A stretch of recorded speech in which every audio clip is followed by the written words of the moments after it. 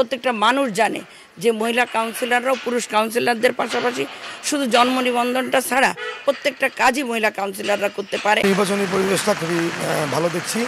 এভাবে থাকলে ইনশাল্লাহ একটা অংশগ্রহণমূলক নির্বাচন আমরা দেখতে পাবো।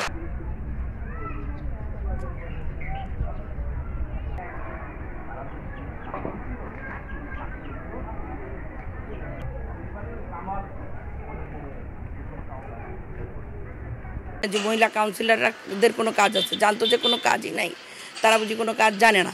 কিন্তু আমি নির্বাচিত হওয়ার পরে ইনশাল্লাহ প্রত্যেকটা মানুষ জানে যে মহিলা কাউন্সিলররাও পুরুষ কাউন্সিলরদের পাশাপাশি শুধু জন্ম নিবন্ধনটা ছাড়া প্রত্যেকটা কাজই মহিলা কাউন্সিলররা করতে পারে। এই ক্যাম্পগুলোয় আমি চাই আমার উর্দুভাষী ভাইরা, তারা খালেক ভাই যখন এর আগে আমাদের মেয়র ছিলেন তখন তাদের অনেক কাজ করে দিয়েছেন, বর্তমানেও করেছেন, কিন্তু তাদের থাকায় অনেক কষ্ট হয়, ঘরগুলো অনেক ছোট।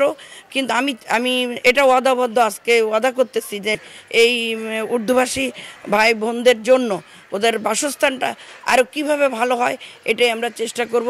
এখানে হোক যেখানেই হোক তাদেরকে আমরা গুচ্ছ গ্রামের মতো তাদের বাসস্থানটা খুব ভালো করবে, এটাই আমার সবচেয়ে মুখ্য উদ্দেশ্য।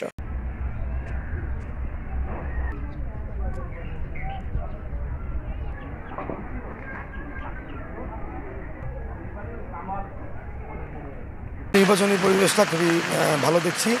এভাবে থাকলে ইনশাল্লাহ একটা অংশগ্রহণমূলক নির্বাচন আমরা দেখতে পাবো। আমি নির্বাচিত হলে প্রয়াত যে সকল কাউন্সিলররা বিগত দিনে এখানে আছেন এবং যারা বর্তমানে আছেন, তারা যে সকল আপনার মিথ্যা আশ্বাস দিয়ে গেছেন, আমি সেগুলো বাস্তবায়নের চেষ্টা করব।